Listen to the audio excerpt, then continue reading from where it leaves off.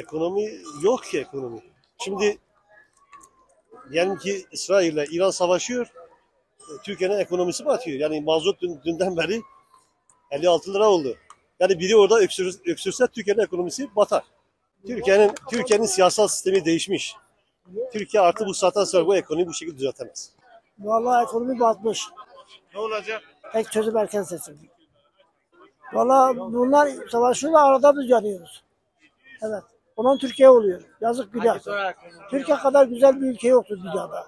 Ama üzerinde yaşayamıyoruz. Benim bir arkadaşım vardı, Bulgaristan'a gitti geldi, dedi ki Bulgaristan bizim Türkiye kadar güzel değil ama bizim ülkemiz üzerinde yaşatmıyorlar. Evet. Emekliyim. Emeklinin durumu nasıl? Vallahi durum sıfır. Ha, emeklinin durumu budur. Buyur. Evet, benim durumum. Bir dilim karpuz eksik.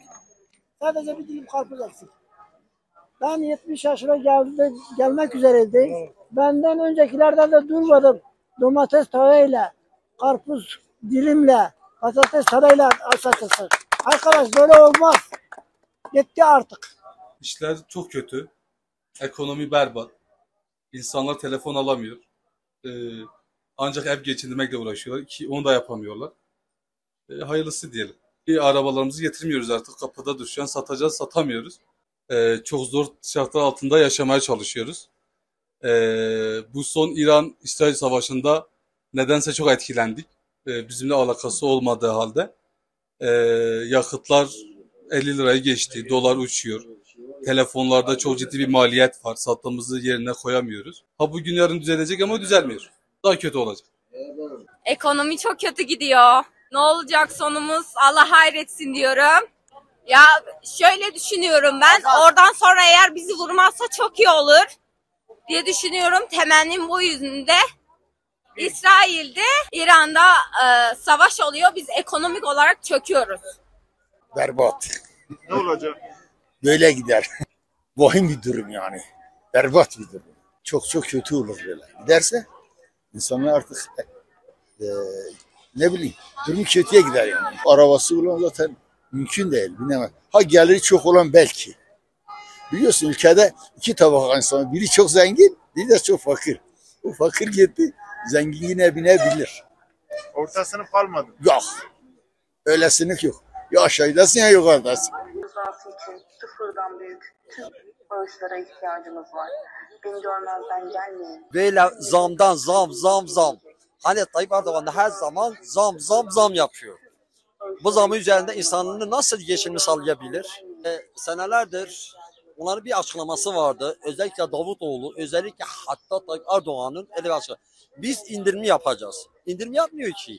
Daha zam yapıyor. Bak şu avları 10 liradan satıyor. Şu anda kaç para? 200 lira. Bu insanlarla nasıl geçimi sağlayacağız hiç mi farkında değilsiniz? İran-İsrail savaşı şu şekilde olacak. Şu anda duyduğuma göre elbette İran şu anda güzel İsrail'e vurmaya çalışıyor. Ama İran oraya vurunca da ne olacak sence ilk önce? Amerika da İsrail'in arkasındadır. Onu yönetiyor. Hem Türkiye'nin üzerine savaşsın diye hem de İran'ın savaşsın diye. Sonra da Türkiye gelecek zaten Türkiye'de o savaşın içine girecek. Savaş Türkiye'de de olacak. Vay bilsin ama kimse bilmiyor. Ama sanki bu nedir yani 57 TL. Bu insanlar ya bu hükümet, bu devlet halkını nasıl savunmak istiyor ya? Siz böyle mi hakkını savunacaksınız?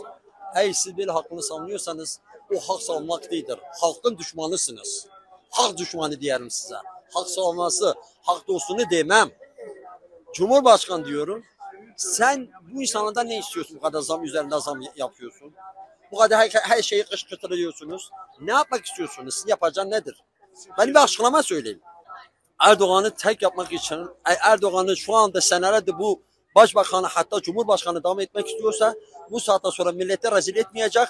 Eski zamanda nasıl milleti geçimi sağladıysa bundan sonra da aynısını saldıracak. Aynı zamanda İslam millet geçimi sağlamasa olmuyor. İnsan perişan olmuş ki ama kimsenin umurunda değil. Kimin umurunda sence? Tayyip Erdoğan umurunda mı olur mu sence? Hayır, değildir. Hükümetin umurunda mı oluyor bu insanlar ne yiyorlar, ne içiyorlar, nasıl geçimi yapıyorlar, umurunda mı sanıyorlar? Hiç kimsenin umurunda değil. Siz böyle bize başbakanı, cumhurbaşkanı yapıyorsa Allah razı olsun. Oturduğunuz yerde Böyle Cumhurbaşkanlığınızla böyle Cumhurbaşkanı hükümeti istemiyoruz kardeşim. Böyle olur ya, siz ne yapmaya çalışıyorsunuz? İnsanı rezil ettiniz, rezil. İnsanı mahvediyorsunuz.